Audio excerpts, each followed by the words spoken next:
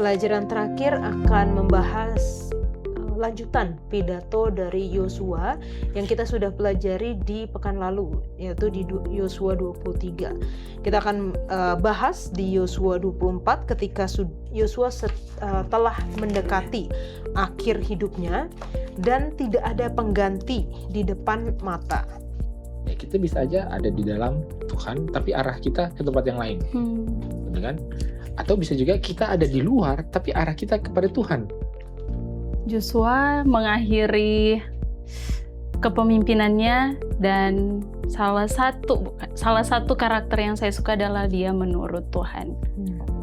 Dan saya rindu ketika nanti di surga Tuhan boleh bilang, terima kasih sudah menurut.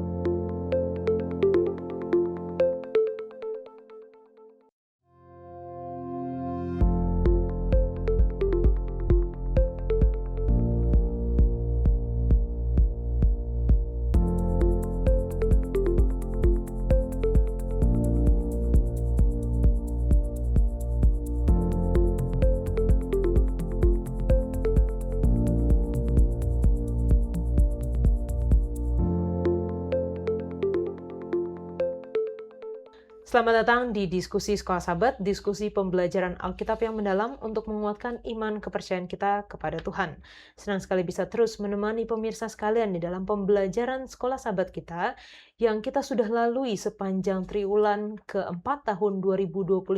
Kita belajar dari kitab Yosua dan saat ini kita sudah masuk di pelajaran terakhir, pelajaran ke-13. Dan di studio sudah hadir teman-teman yang akan menemani kita berdiskusi. Dan tentu saja kami senang sekali untuk mendapatkan komentar-komentar kesaksian dari teman-teman yang telah menuliskan di kolom komentar YouTube channel Diskusi Sekolah Sahabat.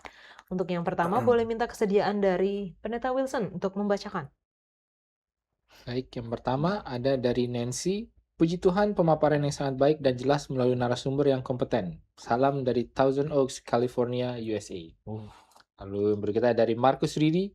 Puji Tuhan, diskusi sekolah sahabat sangat membantu kami dari Pegunungan Arfak, Papua Barat, Manokwari. Amin.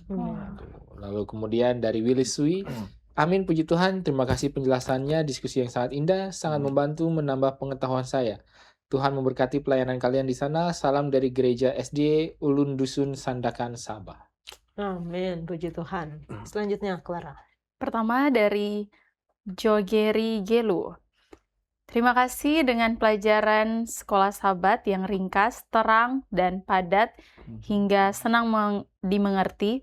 Tuhan memberkati Anda semua. Salam dari Kuching, Sarawak, Malaysia. Yang selanjutnya, Martin Gambidau.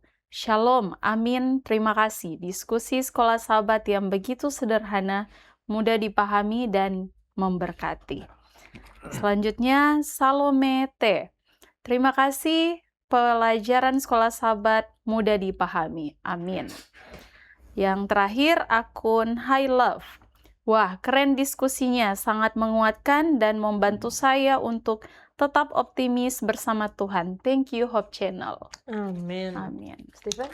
Yang pertama datang dari Madeline K. Amin, terima kasih diskusi pelajaran Sekolah Sahabat sangat bermanfaat untuk saya. Selanjutnya dari Helni Tangkilisan. Terima kasih untuk pelajaran Sekolah Sahabat. Tuhan berkati pelayanan pendeta. Tuhan berkati semua. Selanjutnya dari Mariati Simanungkalit. Terima kasih pelajaran yang begitu baik meneguhkan iman. Salam sehat, Tuhan memberkati. Amin. Dan yang terakhir dari Yatin Kukung. Amin, puji Tuhan. Terima kasih diskusi Sekolah Sahabat yang jelas dan mudah dipahami melalui penjelasan dari semua narasumber.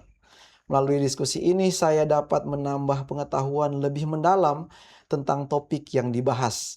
Salam kasih Tuhan dari Keningau, Sabah, Malaysia. Tuhan memberkati. Amin, puji Tuhan. Terima kasih untuk teman-teman semua yang telah memberikan kesaksian. Kami senang sekali untuk mengetahui bahwa program ini dapat memberkati teman-teman di dalam pembelajaran secara pribadi, keluarga, dan juga di dalam jemaat. Dan kami sudah tidak ada buku Sekolah Sahabat yang ditawarkan, tapi karena ini sudah pelajaran terakhir ya, tapi kalau teman-teman rindu untuk belajar bersama kami dan di tempat teman-teman sulit mendapatkan akses kepada buku Sekolah Sahabat, langsung saja hubungi nomor call center Hope Channel Indonesia dan katakan saya ingin memiliki buku Sekolah Sahabat yang baru. Dan kami akan menyiapkan buku Sekolah Sahabat yang pelajaran selanjutnya di kuartal pertama tahun 2026 dan mengirimkan ke tempat Anda masing-masing secara gratis di wilayah Indonesia saja. Saat ini masih pelayanannya di wilayah Indonesia. Baik, pelajaran terakhir akan membahas lanjutan pidato dari Yosua yang kita sudah pelajari di pekan lalu, yaitu di Yosua 23. Kita akan bahas di Yosua 24 ketika Yosua telah mendekati akhir hidupnya dan tidak ada pengganti di depan mata. Pelajaran pekan lalu kita sudah membahas bahwa Tuhan memang mempersiapkan bangsa Israel ini untuk Tuhanlah yang sendiri menjadi pemimpin mereka, yang menjadi raja mereka. Dan di sini dikatakan bahwa pembaruan perjanjian adalah pengingat bagi Israel bahwa raja mereka adalah Yahweh sendiri. Dan bahwa jika mereka tetap setia kepadanya, mereka akan menikmati perlindungannya. Sebagai bangsa teokratis, mereka harus selalu ingat bahwa satu-satunya raja mereka adalah Tuhan. Yosua, sebuah kisah transisi dari Musa sang pemimpin besar kepada seorang hamba muda yang dipilih Tuhan untuk melanjutkan perjalanan iman bangsa Israel. Bukan tugas yang mudah. 40 tahun sebelumnya, bangsa itu gagal karena ketidaktaatan hingga seluruh generasi yang keluar dari Mesir binasa di padang gurun. Kini, generasi baru berdiri di ambang janji Tuhan. Kitab Yosua sendiri berfokus pada 3 hal. Masuknya bangsa Israel ke tanah itu, menaklukkan wilayah-wilayahnya, dan pembagiannya kepada suku-suku. Semua ini menegaskan satu pesan utama, kesetiaan Allah dalam menggenapi janjinya. Yosua bukan hanya cerita sejarah kuno. Ia adalah kisah iman untuk kita dapat belajar menghadapi tantangan masa kini, terutama tantangan rohani yang mengancam keamanan kita, iman kita, dan pemenuhan misi yang telah Tuhan percayakan kepada umat-Nya. Bersiaplah, berpetualang bersama untuk melangkah dengan percaya bahwa Tuhan sanggup membawa kita masuk ke dalam janji-Nya dalam perjalanan iman dari Yosua.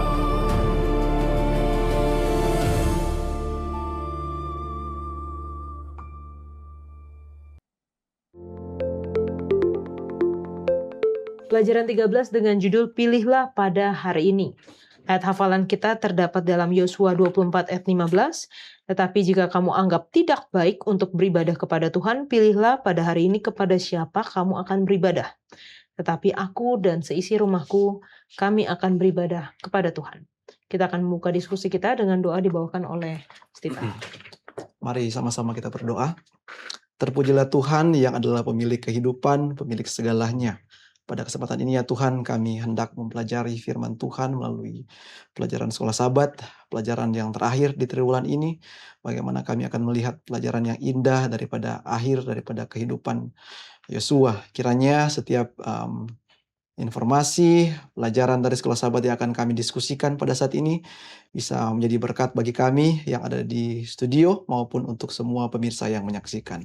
Bersama-sama dengan kami Tuhan, dalam nama Tuhan Yesus kami sudah berdoa. Amin. Amin. Terima kasih.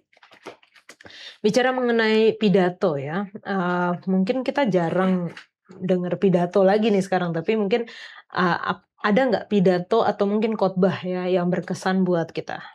Stephen. Banyak tentunya, kita semua punya banyak pengalaman ketika mendengarkan khotbah.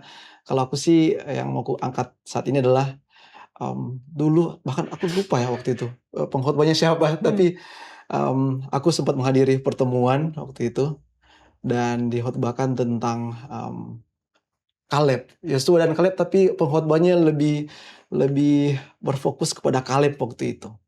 Jadi ketika mendengarkan itu, waktu itu masih single waktu itu, belum menikah Mas.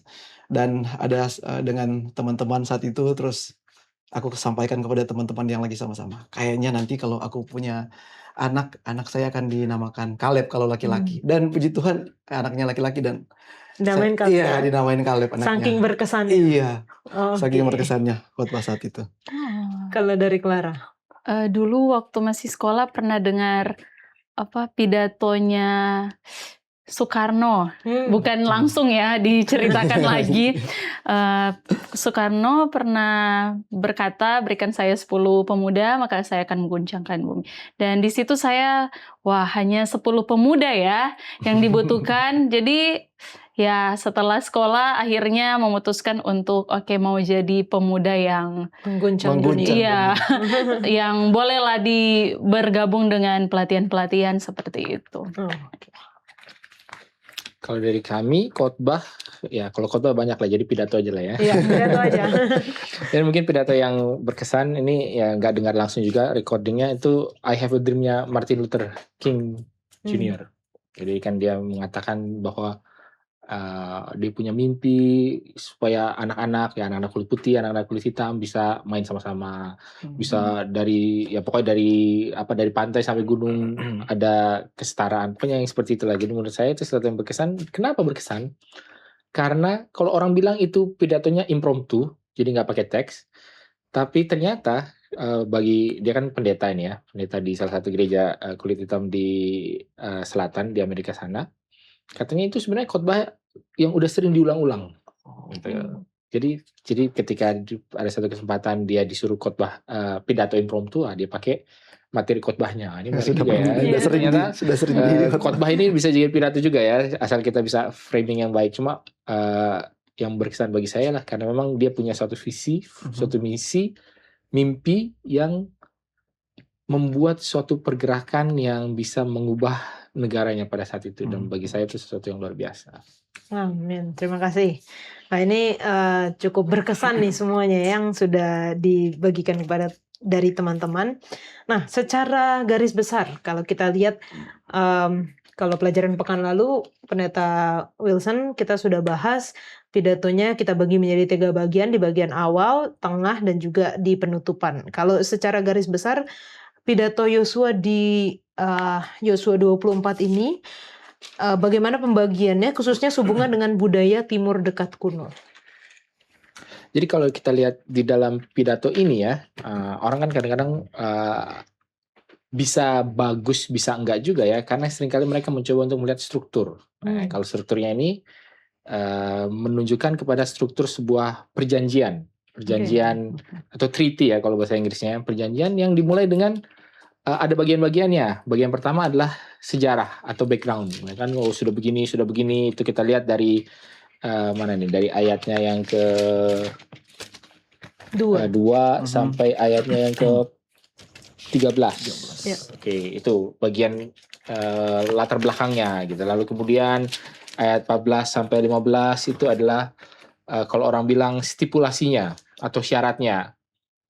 Atau instruksinya atau perintahnya harus ngapain. Lalu kemudian ayat 16 sampai 24-nya itu berkat dan kutuk.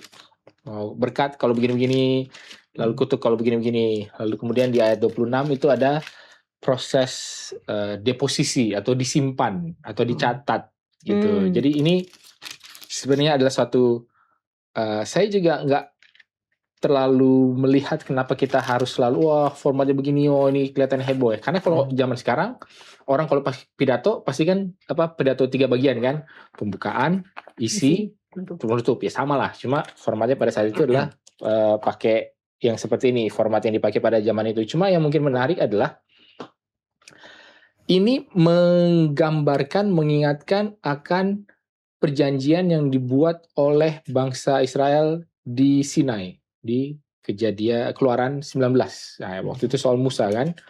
Jadi yang menarik adalah di antara 2 kitab ini, Keluaran dan Yosua ini ya dimulai ya bukan dimulai lah, karena Keluaran itu sudah mulai agak ke tengah-tengah, dimulai dengan perjanjian, lalu kemudian diakhiri juga dengan perjanjian. Kenapa? Karena sepertinya memang bangsa Israel ini perlu ada ya kita sudah bicara soal diingatkan, kita sudah bicara soal bagaimana mereka perlu juga mengalami pengalaman rohani ini, karena ini adalah suatu generasi yang berbeda daripada generasi pada saat di zaman Musa. Jadi mungkin sama seperti Musa meninggalkan ujangan terakhirnya, ya Yosua juga ingin meninggalkan legacy ataupun hal terakhir yang dia ingin adalah supaya bangsa Israel ini meneguhkan kembali perjanjiannya dengan Allah. Gitu. Oke. Dan tadi sudah disebutkan bahwa Yosua memulai pidatonya itu atau membuka pidatonya itu dengan menceritakan sejarah ya, panjang dari mulai bahkan dari mulai Abraham kan ya, ini ya dari mulai Abraham sampai ke tanah Kanaan. Jadi lumayan panjang ini jangka waktu yang diceritakan ulang oleh Yosua. Mengapa ini penting, Stephen? Iya, jadi tadi pendeta juga sudah sempat sebutkan khususnya di Wahyu 24 ayat di awal-awal ya, 1-13. Justru ketika aku membaca bagian itu, pendahuluannya memang kalau aku sendiri sih merangkumkannya seperti ingatlah akan Allah gitu maksudnya. Karena setiap sejarah, setiap kejadian yang diulangi oleh Yosua yang dipidatokan kepada bangsa Israel itu seolah-olah hanya intinya adalah kalian harus ingat nih. Kalian harus ingat Tuhan seperti ini, Tuhan seperti ini. Karena bisa jadi mereka yang selama ini merasakan banyak sekali tuntunan Tuhan, mujizat Tuhan, jangan sampai merasa bahwa fokus daripada ini semua adalah kepada diri gitu kan. Tuhan terlalu sangat sayang kepada kami nih, makanya Tuhan akan membuat segala. Iya benar, Tuhan sangat menyayangi, cuman bisa jadi jadi self-center orang-orang ini gitu tanpa menyadari bahwa ini semua Tuhan gitu. Bahkan di sekolah sahabat sempat saya lihat bahwa hal ini justru katanya mencoba membuat bahwa kejadian-kejadian ini, cerita-cerita ini objeknya adalah Allah itu sendiri. Bukan orang Israel. Makanya di-recall lagi oleh Yosua sebagai sejarah yang diceritakan, mengingatkan bahwa kalian harus ingat Tuhan. Kalau mau pikir-pikir, mayoritas opa-opa ya, atau orang yang sudah tua ya, kalau duduk bicara pasti dulu, zaman dulu, begini. Sampai ada saya punya opa pun, saya capek sekali kalau duduk, pasti cerita yang sama itu terus. Nah, di sini saya yakin bangsa Israel sudah tahu cerita ini ya, sudah dengar berulang-ulang, tetapi kenapa Yosua harus ceritakan lagi di momen seperti ini? Untuk saya mungkin Yosua mau mengingatkan kembali kepada mereka, bukan karena mereka tidak ingat, atau mungkin bukan mereka tidak tahu, tapi mau ingatkan lagi bahwa kita tiba di sini karena Tuhan.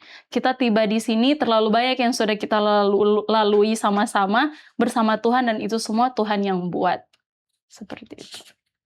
Ya mungkin kita juga perlu lihat bahwa dengan adanya pengulangan sejarah ini, maka identitas mereka itu bisa lebih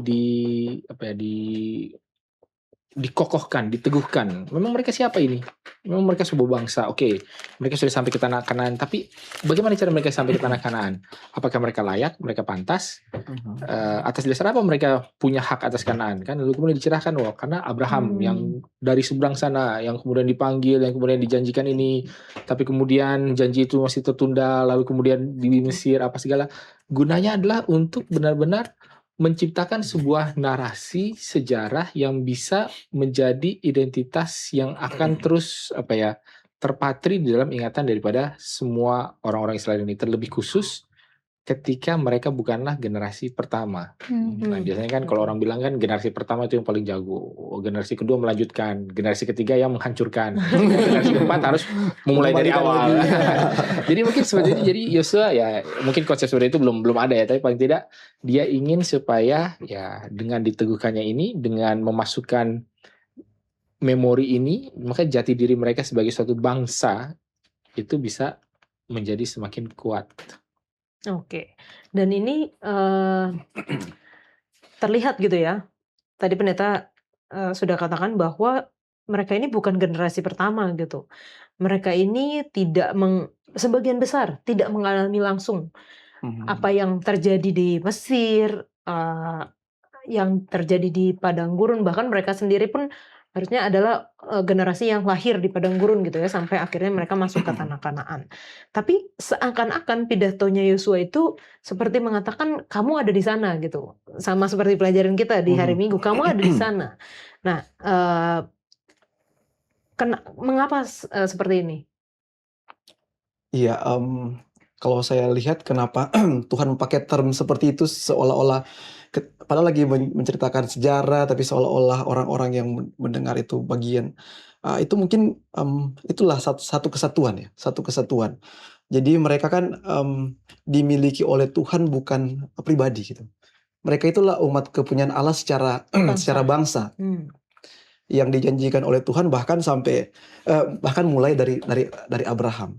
Dan kalau kita lihat menarik juga saja, ternyata di tempat di mana mereka sedang berada itu tempat Abraham juga membuat mezbah gitu. Jadi seolah-olah satu kesatuan ini yang memang sengaja diangkat dalam kejadian ini yang membuktikan bahwa mereka adalah satu kesatuan itu. Tuhan membuat perjanjian bukan hanya kepada orang-orang sebelumnya, tapi siapapun yang muncul daripada bangsa ini, mereka juga terikat perjanjian. Dan kalau menurut aku satu pelajaran yang penting adalah ketika menjadi satu kesatuan, ketika ada yang membuat berkatan kutuk lah, ketika ada yang membuat salah, bisa jadi kutuknya akan menjadi satu kesatuan juga. Semua akan menerima kutuknya. Itu mungkin. Kalau dapat berkat, semuanya akan dapat berkat. Oke. Ya, kenapa juga ini berhubungan juga dengan yang tadi. Pertama, Yosua harus angkat lagi cerita sejarah Abraham, karena ternyata Tuhan memberikan janji ini, mengikat janji ini bukan hanya dengan Abraham saja, Ishak dan Yakub, tapi dengan seluruh keturunannya sampai generasi yang waktu itu. Nah, di sini dikatakan Tuhan tidak membuat perjanjian hanya dengan para leluhur, tetapi juga dengan semua orang yang hadir pada saat Yosua berpidato. Dan singkatnya, pelajaran dari masa lalu harus diterapkan oleh setiap generasi baru. Bahwa Allah yang menuntun dari awal perjalanan mereka, juga Allah yang sama akan menuntun generasi ini. Ya, mungkin kadang-kadang yang perlu kita pahami adalah bahwa yang menyatukan suatu bangsa itu adalah bukan pengalaman yang sama, tapi memori yang sama, sejarah yang sama gitu Sejarah kan yang ya. sama. Jadi kadang kan kalau pengalaman yang sama ya generasi kita, generasi bapak kita, generasi opung kita kan semua yang berbeda-beda.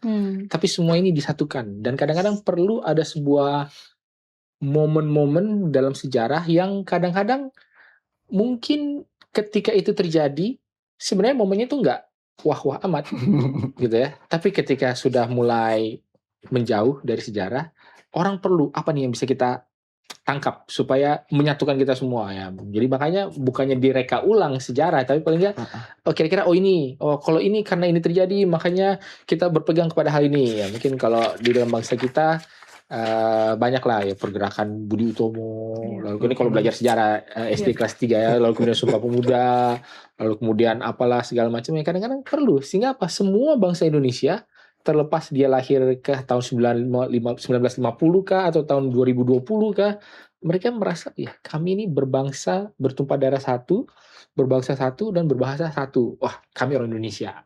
Jadi seperti itu. Dan pada saat ini hal yang sama, yang mirip-mirip itulah yang terjadi di sini juga. Jadi semua itu diikut sertakan. Jadi teridentifikasi walaupun tidak mengalami dan tidak hidup di zaman di mana kejadian itu terjadi.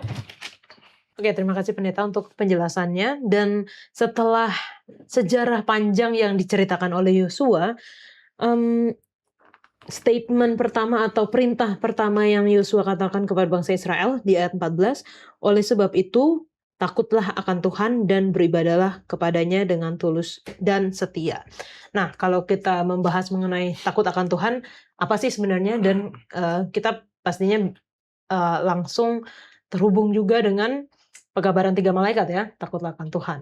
Apakah hal ini sama, Stephen? Iya, ketika kita membaca ya, langsung dimulai dengan kata takut dan istilah yang selalu muncul soal Pekabaran 3 malaikat yang ada di Wahyu 14 juga khususnya yang di bagian pertama ya. Ya. Takutlah akan Allah dan muliakanlah Dia. Mungkin nanti akan ditambahkan oleh saudara-saudara yang lain, pendeta juga. Tapi aku lebih berfokus kepada kata takutnya itu sih, Kak Yola. Jadi ada kalau misalnya di dunia lah, maksudnya sekarang kita takut itu identik dengan kita takut kepada itu. Kalau takut kepada atasan, takut kepada orang. Sedangkan kalau Tuhan itu sendiri kita tahu sifatnya adalah kasih gitu kan. Kalau kita mau samakan takut kita kepada orang di dunia ini dengan takut kepada Tuhan itu sepertinya sangat sangat jauh. Jadi ya menurutku takut yang dimaksud di sini adalah bagaimana kita menghormati Dia, dan itu juga kalau kita lihat ayat yang sama dengan yang ada di Wahyu 14 ada sambungannya lah muliakanlah Dia gitu. Jadi kan bisa jadi kalau kita saat ini di dunia takut akan bos, kita takut dan akhirnya di belakang kita ngomongin dia gitu kan. Atau kita takut sama orang, di belakang kita ngomongin yang jelek. Tapi berbeda, takut ini kepada Tuhan berbeda, tapi justru kita memuliakan Tuhan. Nah, takut seperti apa? Itulah takut yang bagaimana kita menghormati Dia sebagai Tuhan dan pencipta kita. Menurut sumber yang saya baca dari buku Sejarah Para Nabi, di situ dikatakan bahwa waktu itu orang-orang Israel masih suka sembunyi-sembunyi menyembah berhala. Masih banyak lah. Sebegitu jauh perbaktian kepada berhala masih tetap dijalankan dengan sembunyi-sembunyi. Dan Yosua berusaha sekarang ini untuk membawa mereka kepada satu keputusan untuk melenyapkan dosa ini dari Israel. Jadi ternyata Yosua tahu ada beberapa, bahkan mungkin banyak yang masih sembunyi-sembunyi beribadah kepada berhala. Dan di sini dia mau tekankan bahwa kembali begitu, mau panggil. Jadi ini mungkin agak sedikit berbeda juga, tapi sama juga dengan Wahyu. Karena kalau di dalam Yosua ini adalah karena ini sudah terjadi, maka kamu harus takut akan Allah. Kalau di Wahyu takut akan Allah, kenapa? Karena ini akan terjadi gitu ya. Jadi memang terjepit lah gitu ya dalam hal itu. Tapi kita bisa melihatnya takut akan Allah ini kan banyak definisinya. Kalau di dalam Amsal 8 ayat 13, takut akan Allah itu adalah menjauhi atau membenci kejahatan. Kalau di dalam Ayub 28 ayat 8 kalau nggak salah dikatakan bahwa takut akan Allah itu adalah tentang bagaimana kita adalah hikmat gitu ya. Ayub 28 ayat 28 juga berbalik daripada kejahatan. Kalau dalam Ulangan 10 katakan takut akan Allah itu adalah berjalan, mengasihi, melayani, taat kepada Allah. Jadi banyak dimensi-dimensi mengenai ketakutan-ketakutan ini yang sebenarnya uniknya dan ironisnya adalah kalau kita ganti takut itu dengan kasih sama juga. Karena ini maka kamu harus mengasihi Allah. Kamu harus mengasihi Allah. Kenapa? Karena ini akan terjadi ya. Jadi sebenarnya takut dan kasih ini mungkin punya, paling tidak secara teologis itu punya efek yang sama. Dan kita tidak bisa memasukkan pengertian, pemahaman kita mengenai takut, konsep takut ini dengan pemikiran kita zaman sekarang ini gitu ya, dengan takut kuburan, takut kecelakaan, takut terbang, takut ketinggian, jadi itu sesuatu hal yang berbeda. Karena takut ini selalu adalah ada akibatnya dan ada tujuannya dan ada efeknya. Dalam hal ini mendekatkan seseorang kepada Tuhan dan menyadari ya siapakah Tuhan itu dan apakah kewajiban kita terhadap Allah yang menakutkan dan kasih ini. Mungkin seperti itu. Oke. Seperti panggilan Yosua kepada bangsa Israel untuk takut akan Tuhan, kita juga dipanggil untuk takut akan Tuhan, beribadah kepadanya, muliakanlah Dia, karena Tuhan itu adalah pencipta kita. Jadi kenapa kita menyembah Tuhan? Karena Tuhan itu pencipta kita. Dan kita akan lanjutkan pelajaran kita setelah yang satu ini.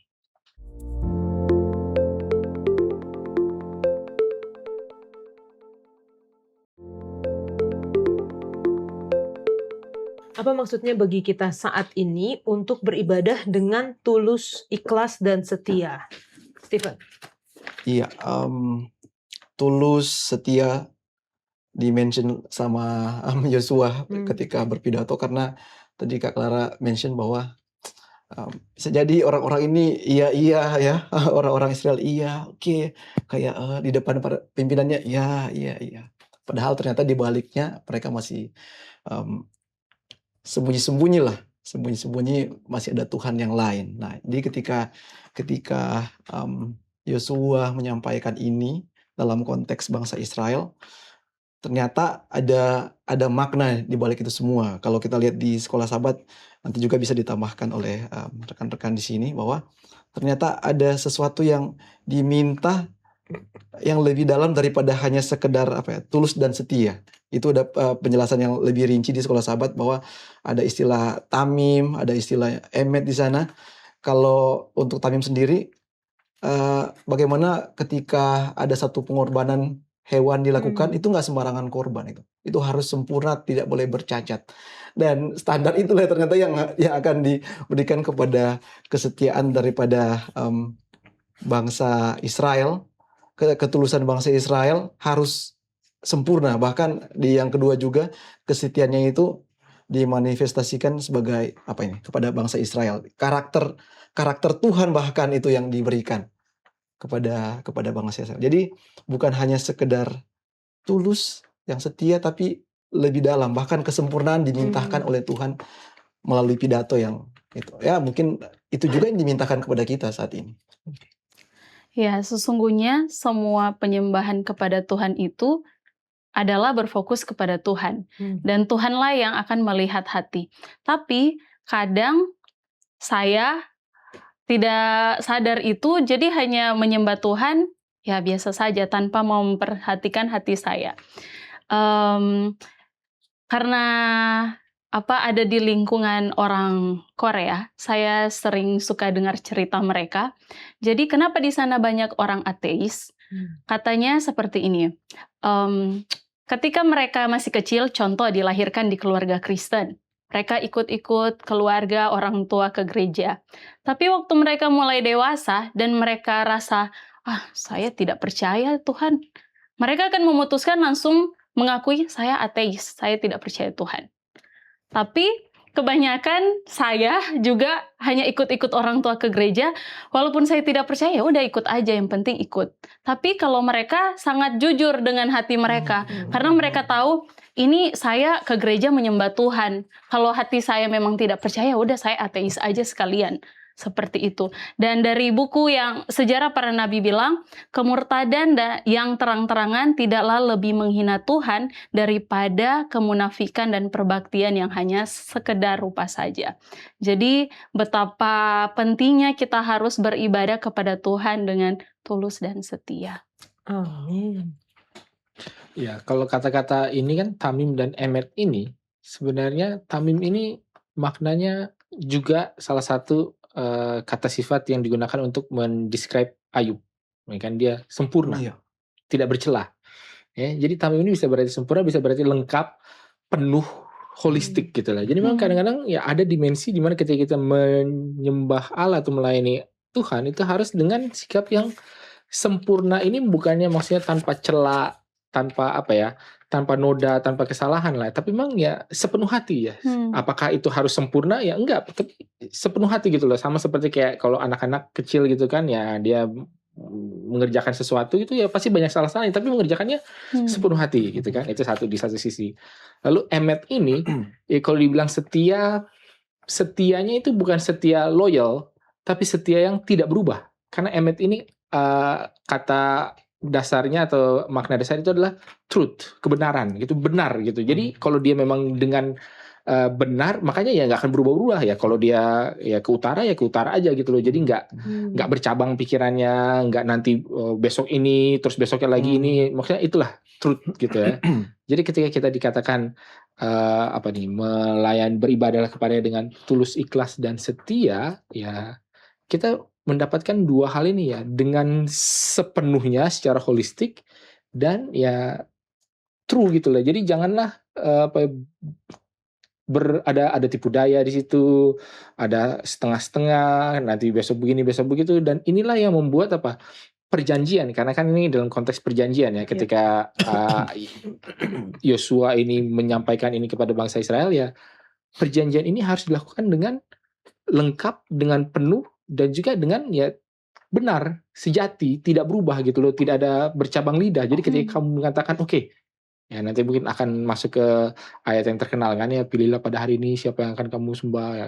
Tapi aku dan seisi rumahku akan Tuhan. menyembah Allah ya, dengan dua deskripsi penjelasan itu tadi. Ya, dan terus. Oke.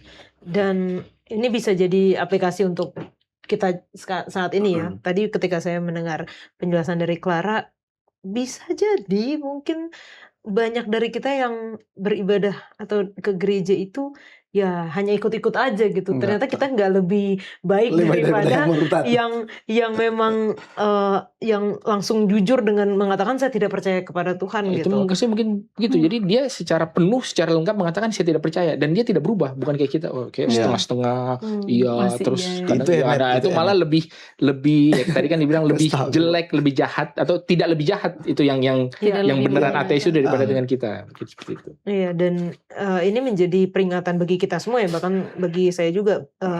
Pekan lalu kita belajar jangan cuma ritual aja gitu. Dan di dalam perbaktian kita, baik secara pribadi maupun di gereja, kita harus mengingat juga bahwa perbaktian kita jangan hanya secara ritual saja, tapi harus benar-benar sepenuh hati dan di dalam kebenaran. Amin. Oke. Ayat 15 tadi yang sudah disebutkan oleh pendeta, Yosua memberikan pilihan gitu. Walaupun diawali dengan panggilan, takutlah akan Allah, beribadahlah kepadanya yang tulus ikhlas, tapi di ayat selanjutnya dikasih pilihan. Apa pilihannya? Kenapa dikasih pilihan? Kenapa enggak? Ya udah dikasih panggilan aja, stop sampai di situ. Stephen. Iya, itu juga jadi pertanyaanku sebenarnya. Kok masih dikasih kayak dibuka kesempatan untuk ada yang ya ada yang mau memilih yang lain gitu. Dan yang saya yakin adalah setiap perkataan daripada Yosua ini adalah ilham Tuhan. Itulah kenapa dia sampai ada di Alkitab saat ini ya. Dan saya yakin itu juga memang inspirasi Tuhan untuk Yosua berkata-kata saat itu untuk mereka umat-umat bangsa Israel. Dan yang aku lihat itu tadi seperti yang Kak Clara bacakan. Justru Tuhan mau umat-umatnya ini firm. Kalau mereka mau firm kepada Tuhan, mention sekarang, kalian akan menjadi umatku yang setia, daripada yang seperti yang sudah dibahas tadi, daripada yang di mulut mereka bilang bahwa oke, saya setia, tapi di hati mereka ternyata tidak setia kepada Tuhan. Jadi Tuhan mau mereka itu firm kepada Tuhan, dan bahkan Tuhan juga mau mengekspresikan kasihnya ya. Seperti yang kita tahu, ketika pilihan diberikan, itu adalah ekspresi kasih gitu. Jadi ketika Tuhan menginspirasikan Yosua, menyampaikan perkataan, pilihlah, itu ekspresi kasih Tuhan kepada umatnya. Kalau kamu mau memilih, silahkan. Kalaupun enggak, ya itu memang pilihan kamu. Itu mungkin. Di pelajaran Sekolah Sahabat hari Selasa katakan, sebagai seorang pemimpin yang benar dan setia, jadi karena Yosua setia dan benar, Yosua menghormati kehendak bebas bangsanya dan berharap agar Israel melayani Tuhan atas dasar pilihan bebas dan bukan paksaan.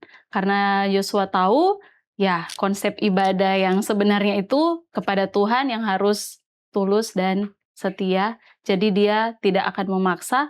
Walaupun tadi dia tahu bahwa ada banyak orang yang masih menyembah berhala, di sini dia masih mau berikan pilihan.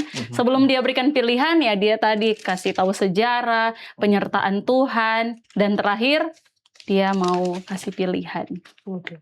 Kalau secara mungkin urutan logikanya kenapa dikatakan Yosua memberikan pilihan masuk akal ketika dibacakan tadi di dalam buku sejarah para nabi dan bapa. Bahwa masih ada ternyata bangsa Israel yang menyembah ilah-ilah lain secara sembunyi-sembunyi.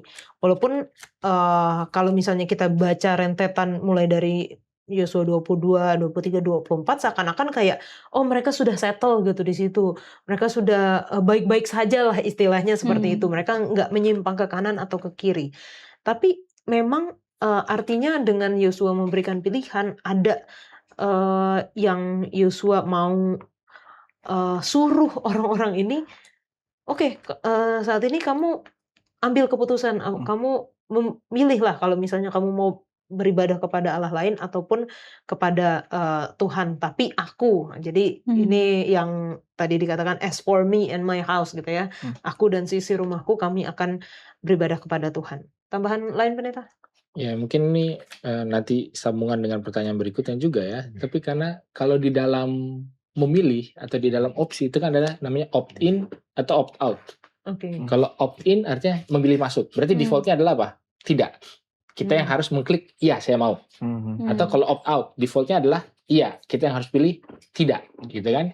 Jadi Yosua ini sementara sedang mencoba untuk membuat perjanjian ini menjadi suatu pilihan yang aktif. Karena tadi seperti yang Clara bilang dan mungkin dalam banyak hal, banyak orang itu cuma mengikut arus. Ya arus kemana, ya udah ikut. Jadi mereka nggak opting in gitu, karena defaultnya ikut.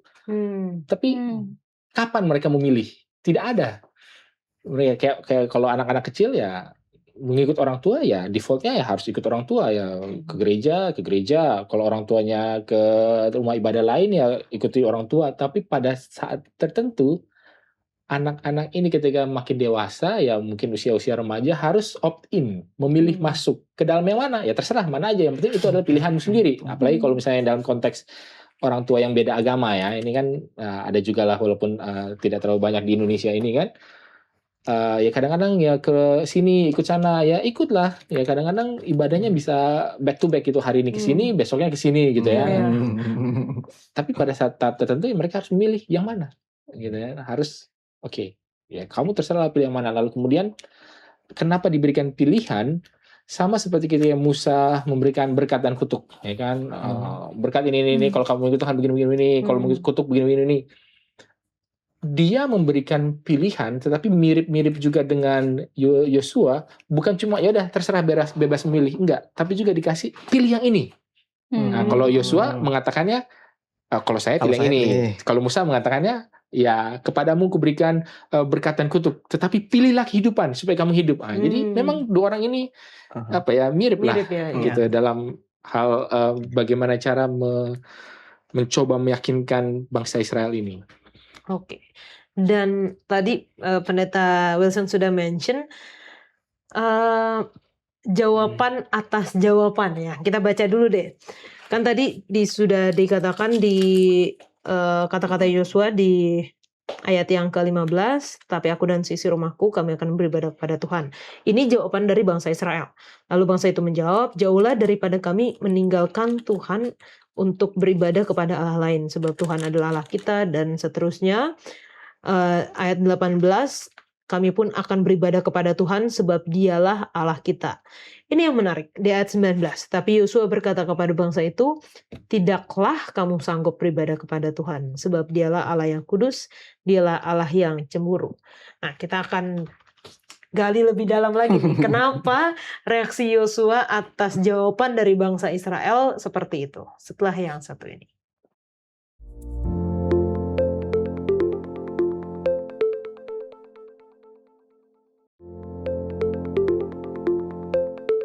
Apakah maksudnya tidaklah kamu sanggup beribadah kepada Tuhan, dialah Allah yang kudus, dialah Allah yang cemburu? Stephen. Ya, ini respon Yosua terhadap jawaban daripada bangsa Israel. Pertama, ketika aku baca ayat 19 ini, tidakkah kamu sanggup, ini aku langsung ingat ketika Tuhan Yesus mau berdoa di Getsemani dan murid-muridnya ketiduran dan tanya, tidakkah kamu sanggup untuk bisa bertahan berdoa. Tapi itu kisahnya berbeda. Nah, kenapa justru harusnya kalau jadi pemimpin mendengarkan, ini bagus banget jawaban daripada bangsa Israel ya. Ternyata yang saya harapkan itu yang jawaban yang mereka berikan. Tapi justru pertanyaan, tidakkah kamu sanggup beribadah kepada Tuhan, dilontarkan oleh Yosua kepada mereka.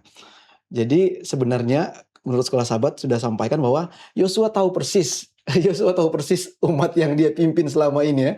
Dalam segala situasi, Yosua tahu persis bahwa situasi orang-orang seperti apa. Katanya Yosua mengetahui ketidakstabilan orang-orang ini. Bisa saja saat itu mereka bilang seperti ayat 16, jauhlah daripada kami, meninggalkan Tuhan. Bisa jadi besoknya juga bisa tiba-tiba mereka akan menjauh daripada Tuhan. Makanya Yosua sampaikan ini. Karena dalam mengikut Tuhan, di sini di Sekolah Sahabat juga sampaikan, tidak semudah diucapkan ternyata. Karena di sini pertama, keputusan untuk melayani Tuhan itu adalah keputusan yang serius. Makanya betul-betul Yosua memastikan dengan pertanyaan itu. Kedua, keputusan bangsa Israel untuk melayani Tuhan haruslah keputusan mereka sendiri, balik lagi kepada yang tadi. Kemauan sendiri, bukan paksaan. Dan yang ketiga adalah Israel harus menyadari bahwa manusia tidak dapat melayani Allah dengan kekuatannya sendiri. Itu balik lagi seperti Kak Clara sampaikan. Kalau dari hati dia sudah menerima Tuhan, dan Pastor Wilson juga sampaikan, dia sudah firm, outputnya itu justru akan semakin tulus gitu. Akan semakin tulus. Makanya kepastian lagi disampaikan oleh Yosua kepada mereka dengan cara bertanya seperti itu. Mungkin Yosua mau yakinkan lagi mereka bahwa berkomitmen kepada Tuhan itu tidak semudah itu. Tidak langsung bisa diucapkan. Harusnya, ya kami akan berusaha dengan rendah hati dan dengan berserah. Dengan pertolongan Saya Tuhan. ingat satu pendeta pernah kasih kesaksian tentang satu orang. Katanya dia memaparkanlah cerita tentang waktu penganiayaan The Great Controversy. Jadi waktu pendeta ceritakan ini, anggota jemaat ini tanya, pendeta, jika pendeta ada di posisi para martir itu, apakah pendeta akan menjawab apakah yang akan menjadi jawaban pendeta? Apakah pendeta akan tetap setia walaupun mati? Dan pendeta ini dengan rendah hati menjawab, saya tidak tahu, tapi saya akan berdoa. Artinya, kita tidak bisa dengan yakin dengan kekuatan kita untuk menang atau berkomitmen kepada Tuhan. Tuhan, saya mau tetap setia sekalipun ada parang di leher saya. Tidak mudah berkata seperti itu kalau kita belum ada di posisi atau di situasi tersebut. Yang lebih tepatnya, yang lebih penting adalah minta Tuhan, saya tidak sanggup, saya manusia berdosa, tidak mungkin saya bisa beribadah kepada Tuhan yang setia terlalu seperti ini dengan tanpa bercacat tercela, bahkan melupakan Allah-Allah, ilah-ilah lain yang pernah saya sembah. Tidak semudah langsung menjawab seperti ini. Makanya Yosua katakan lagi, tidak mudah loh. Tidak mudah untuk menyembah Tuhan, Tuhan itu cemburu dan sebagainya. Nah itu, lanjutan kalimat dari tidaklah kamu sanggup itu, sebab dia adalah Allah yang kudus, dialah Allah yang cemburu nih. Jadi kita mau lihat nih kalimatnya seperti itu dan apa penjelasannya. Ya mungkin kalau secara kasualnya ya, kalau orang Indo kan Yosua tuh jawabnya yakin, Iya. bisa lah Nadanya gitu, nadanya. Intonasinya ya. ya mungkin interesting kayak gitu juga kali ya. Tapi ya mungkin dalam arti ya dia mencoba memberikan paling tidak di depan itu kayak reverse psychology gitu kan. Kadang-kadang orang harus di sebaliknya dulu baru dia berpikir, lalu kemudian harus di challenge lagi, beneran bisa nggak? Tapi kemudian Yosua memfollow up dengan mengatakan kenapa? Ini bukan sesuatu yang mudah gitu loh. Karena kalian hanya melihat yang baik-baiknya aja. Oh Tuhan sudah begini, memimpin apa segala macam. Tetapi jangan salah. Ada hal-hal yang ya Tuhan itu cemburu. Lalu kemudian kamu bisa nggak tanpa kesalahan dan lain-lain. Di satu sisi kita bisa fokus kepada hal yang itunya. Tapi di sisi lain kalau kita mau membaca sedikit lebih kreatif lagi. Adalah dia mau mengatakan bahwa ya kamu nggak bisa.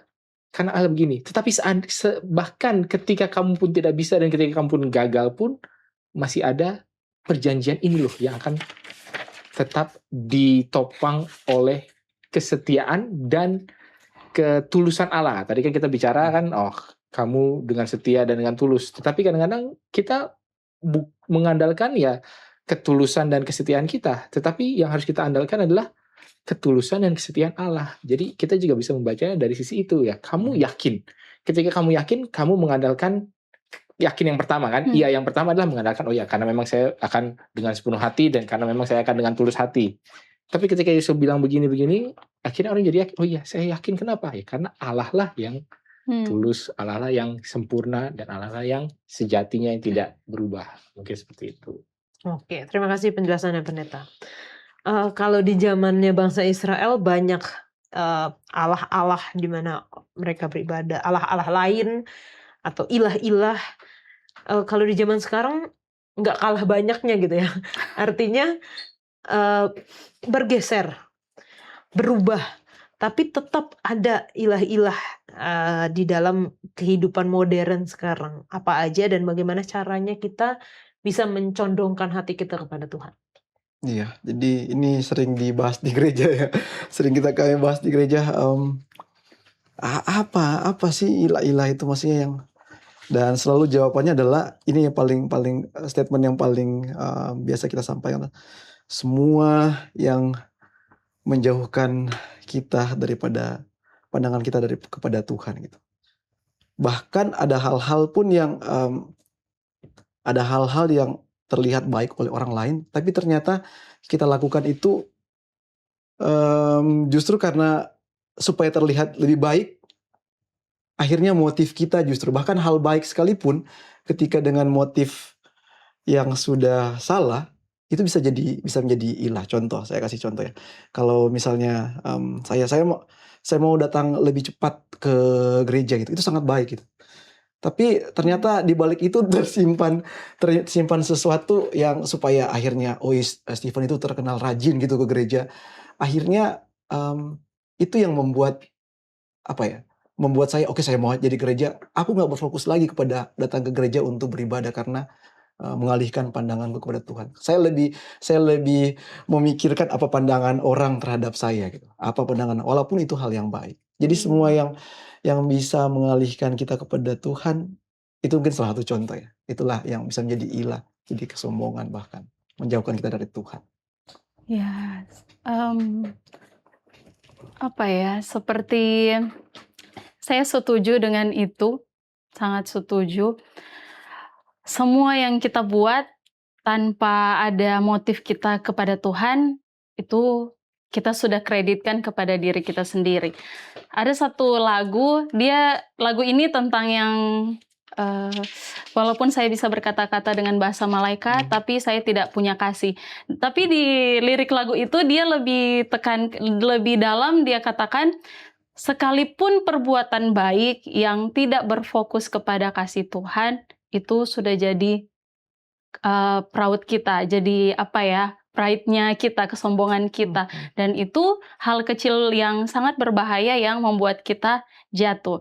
Dan saya juga ingat di kutipan buku The Great Controversy, Martin Luther waktu dia disembunyikan karena akan dihindari dari orang jahat yang akan bunuh dia.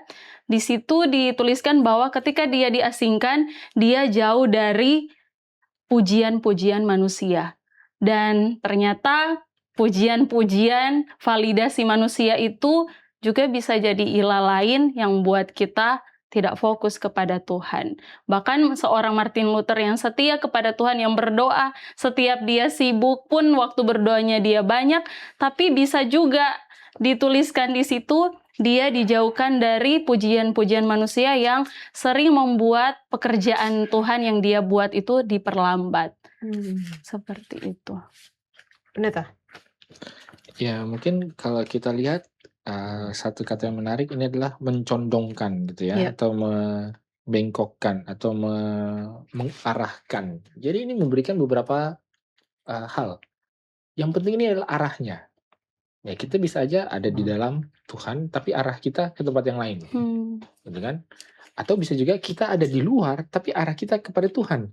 Jadi ternyata terlepas daripada posisi statis, itu lebih penting adalah arah yang dinamis, gitu kan? Makanya kan kita harus tetap selalu mengingat, kita harus tetap selalu berbakti, beribadah, karena sesuatu yang aktif itulah yang diperlukan, bukan cuma sesuatu yang statis. Oh ya, kalau statis ya kami bangsa Israel, kami umat pilihan, atau kami orang Kristen, kami umat yang sudah ditebus, atau saya begini. Jadi mengandalkan identitas kita terhadap sesuatu hal yang statis. Padahal yang statisnya itu apa dulu? Yang statisnya hanya Allah yang tidak berubah. Makanya kita harus mengkalibrasi, mengorientasikan pandangan kita kepada Allah yang ini. Nah, berarti kalau Allah lain ya seperti apa ya? Allah lainnya yang memang bisa mengalihkan kita daripada Allah yang demikian itu, gitu. Apakah dari sisi penggunaan waktu, penggunaan sumber daya, uang, tenaga, perhatian, segala macam ya, itulah yang adalah Allah-Allah lain. Karena yang penting adalah sikap dan arah daripada pandangan hati kita. Makanya kan selalu ditekankan ya melihatlah kepada Yesus kan.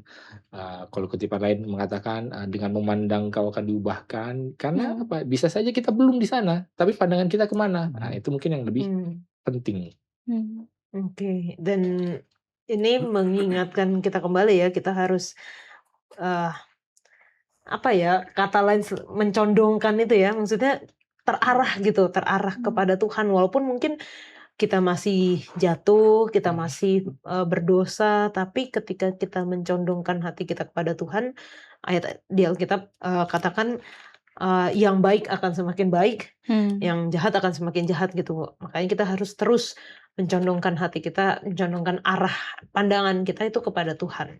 Oke, mungkin satu pertanyaan terakhir. Banyak kunci kesuksesan dari kepemimpinan Yosua kepada bangsa Israel untuk memasuki tanah Kanaan sampai pada saat di mana Yosua telah mengakhiri pertandingan dengan baik gitu ya. Tapi mungkin salah satu aja kalau dari Stephen apa? Iya, jadi di ayat yang ke-31 disebutkan bahwa orang Israel beribadah kepada Tuhan sepanjang zaman Yosua dan sepanjang zaman para tua-tua yang hidup lama daripada Yosua. Jadi itu berhasil dia menjaga umat Tuhan, bahkan lewat sampai dia meninggal pun nextnya masih umat-umat Tuhan masih setia.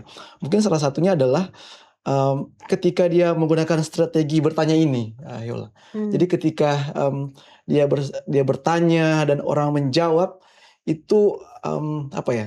Ketika keluar dari mulut itu yang membuat orang lebih yakin, lebih pasti daripada hanya dia menyampaikan dan kita dalam hati yang bekerja gitu.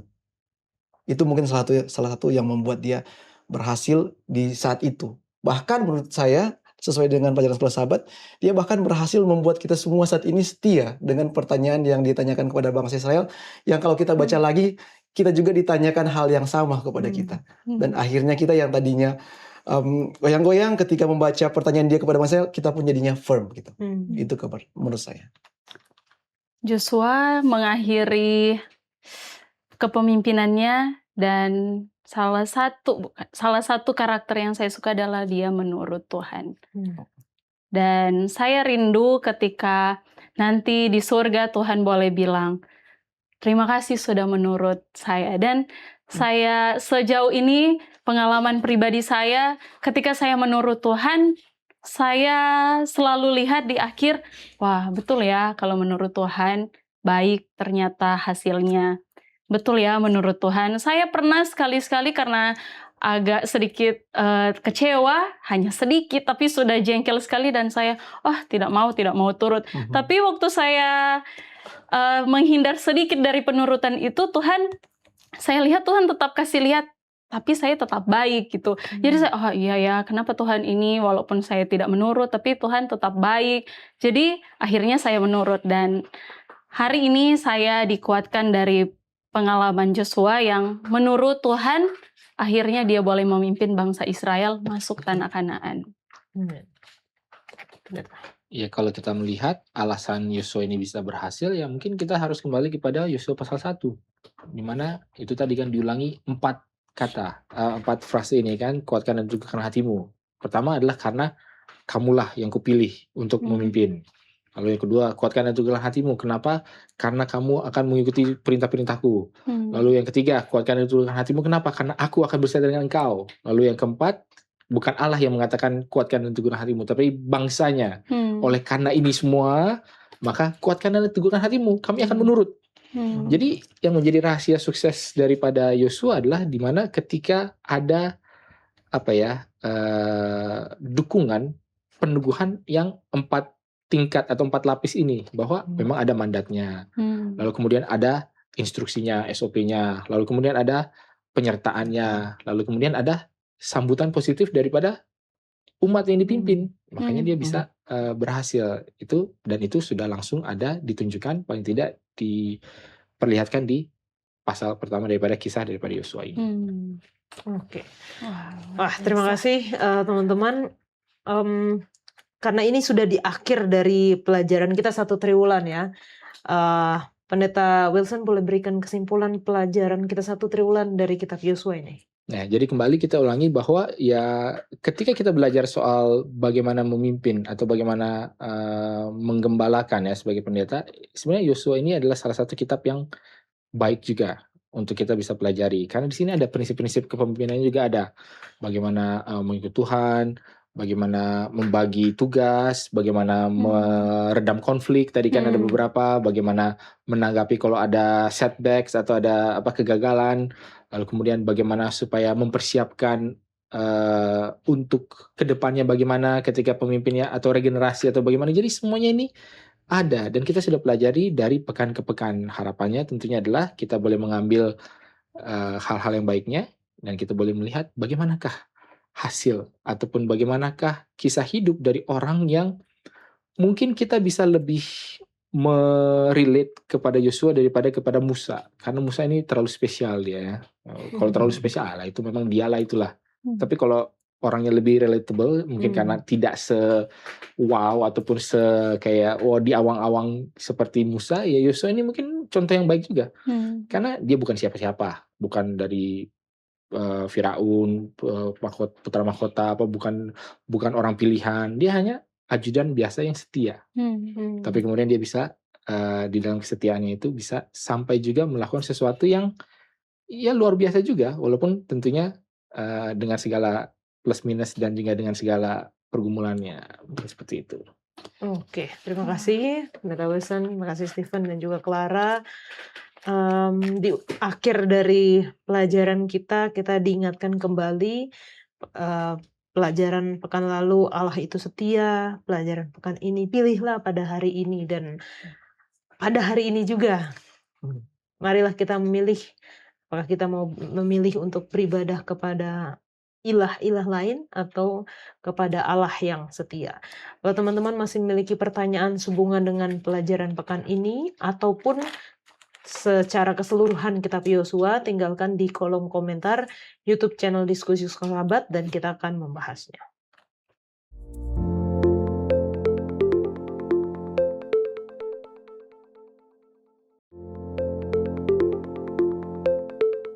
Saat ini kita masuk dalam sesi tanya jawab bersama dengan Pendeta Alberto Tulalesi. Terima kasih Pendeta Terima kasih, Kak Yola, untuk kesediaannya menjawab pertanyaan dari teman-teman yang telah menuliskan di kolom komentar YouTube channel Diskusi Sekolah Sahabat. Untuk yang pertama Pendeta, Ya, Yola. ada pertanyaan dari Alvin Sape. Saya ingin untuk bertanya mengenai pelajaran Sekolah Sahabat. Kenapa bangsa Kanaan dibebaskan untuk dimusnahkan oleh bangsa Israel? Mungkin artinya tidak semuanya akhirnya dimusnahkan gitu ya Pendeta ya? Baik, terima kasih. Ya, jadi artinya tetap masih ada pertanyaan ini ya. Kita sudah bahas waktu lalu tentang hal ini. Tapi kita kembali lihat ya, kenapa akhirnya mereka harus dihalau ya dari situ. Mari kita ulangi dalam Kejadian 15 ayat 16. Bunyinya adalah, tetapi keturunan yang keempat akan kembali ke sini sebab sebelum itu kedurjanan orang Amor itu belum genap. Ini adalah nubuatan yang disampaikan kepada Abraham, bagaimana keturunannya nanti akan ditawan di Mesir dan nanti akan kembali lagi. Jadi Abraham sudah pernah hidup di tanah Kanaan. Abraham, lalu anaknya Ishak, lalu Yakub juga cucunya juga mereka pernah hidup di tanah Kanaan. Mereka memberitakan kebenaran, kasih Allah, kehidupan Abraham sangat luar biasa, kehidupan Ishak juga sangat luar biasa. Itu menjadi pelajaran yang berharga buat seluruh tanah Kanaan untuk menyembah Allah, mengenal Allah. Tapi mereka menolak akan pengenalan itu. Apa yang terjadi? Saya mau baca dulu komentar dalam pelajaran Sekolah Sahabat kita dalam hari Minggu tanggal 26 Oktober ya. Dalam judul kesalahan orang Kanaan. Jadi pemusnahan bangsa Kanaan bukanlah sesuatu yang muncul begitu saja.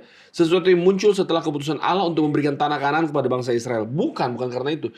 Penduduk Kanaan diberikan masa percobaan, sebuah masa belas kasihan tambahan di mana mereka memiliki kesempatan untuk menemukan Tuhan dan karakternya melalui kesaksian para bapa leluhur. Tadi ya, Abraham, Ishak dan Yakub yang hidup di antara mereka. Mereka memiliki kesempatan itu, tapi ternyata mereka menyia-nyiakannya dan terus melakukan perbuatan-perbuatan mereka yang mengerikan sampai akhirnya Tuhan menghentikan mereka. Perbuatan-perbuatan apa? Dicatat dalam kitab suci ada banyak ya. Saya mau ambil dulu dalam Imamat 18 ayat 24. Boleh Kak Yola baca? Imamat sampai 25 lah. Imamat 18 ya 18 ayat 24 sampai 25. Janganlah kamu menajiskan dirimu dengan semuanya itu, sebab dengan semuanya itu, bangsa-bangsa yang akan kuhalaukan dari depanmu telah menjadi najis.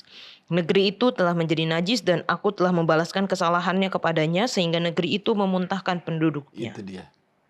Jadi betul-betul najis mereka. Mereka betul-betul memberontak kepada Allah. Dan memang sampai kalau dalam Kejadian 15 ayat 16 tadi sampai penuh kejahatannya. Jadi akhirnya kedurjanaannya penuh, maka penghakimanlah yang berlaku bagi mereka. Terima kasih Kak Yola. Baik, terima kasih Pak Pendeta untuk jawabannya. Pertanyaan selanjutnya datang dari Anastasia. Kak mau tanya, melanjutkan pertanyaan di sesi tanya jawab. Iya. Waktu Korah memang benar anaknya nggak ikut dibinasakan. Tapi bagaimana dengan anak-anak bayi atau yang belum mengerti mana yang baik dan tidak pada zaman Nuh? Semuanya binasa kan, kecuali Nuh dan keluarganya. Baik, terima kasih Kak Yola. Jadi mari kita lihat Alkitab. Coba bagaimana sih kondisi manusia di zaman Nuh hidup. Apa sih kondisinya? Kejadian 6 ayat 5 mencatatnya. Kejadian 6 ayat yang ke-5. Di sini dikatakan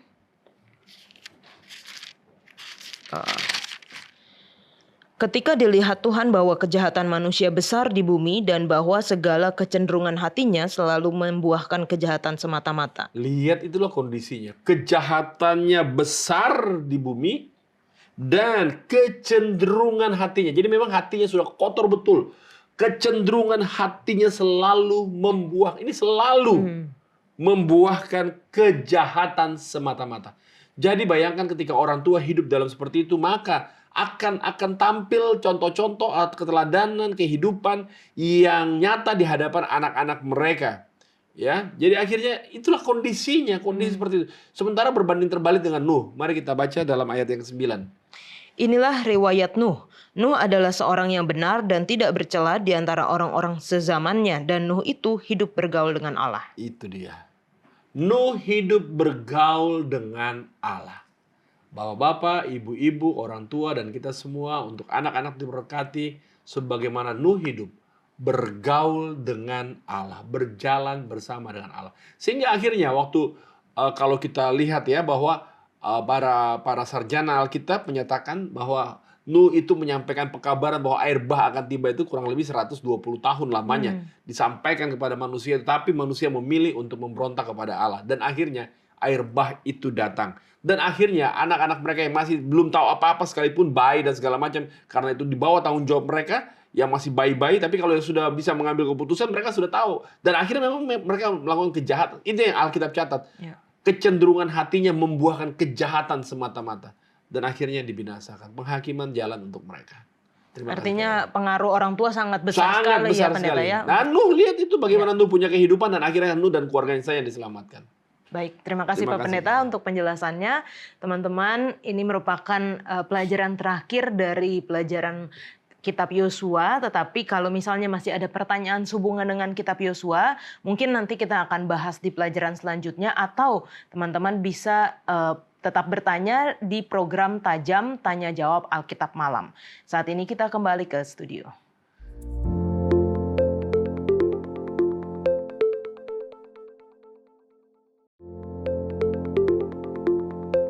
Kita akan menutup diskusi kita dengan doa dibawakan oleh Pendeta Wilson. Baik, mari kita dalam doa. Ya Tuhan, Allah Bapa kami dalam kerajaan surga, kami bersyukur ya Tuhan di penghujung daripada pelajaran di kuartal keempat di tahun 2025 ini ya Tuhan, mempelajari kitab Yosua, kami boleh diingatkan bahwa ada pilihan yang harus kami buat ya Tuhan, di mana ketika Engkau dengan umat-Mu berjanji, kami boleh mengandalkan bahwa Engkaulah Allah yang setia, yang akan tetap teguh di dalam janji-Mu, sehingga bila mana kami terjatuh atau bila mana kami melenceng, Engkau yang akan meluruskan kami Tuhan.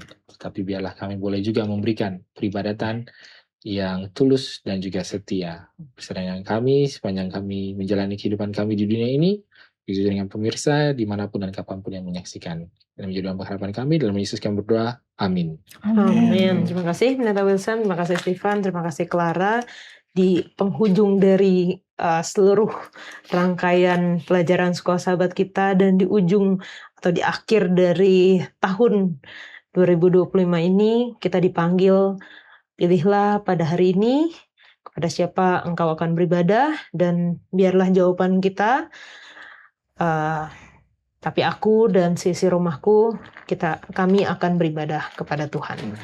Kita akan bertemu di pelajaran selanjutnya. Tuhan Yesus memberkati. Amin.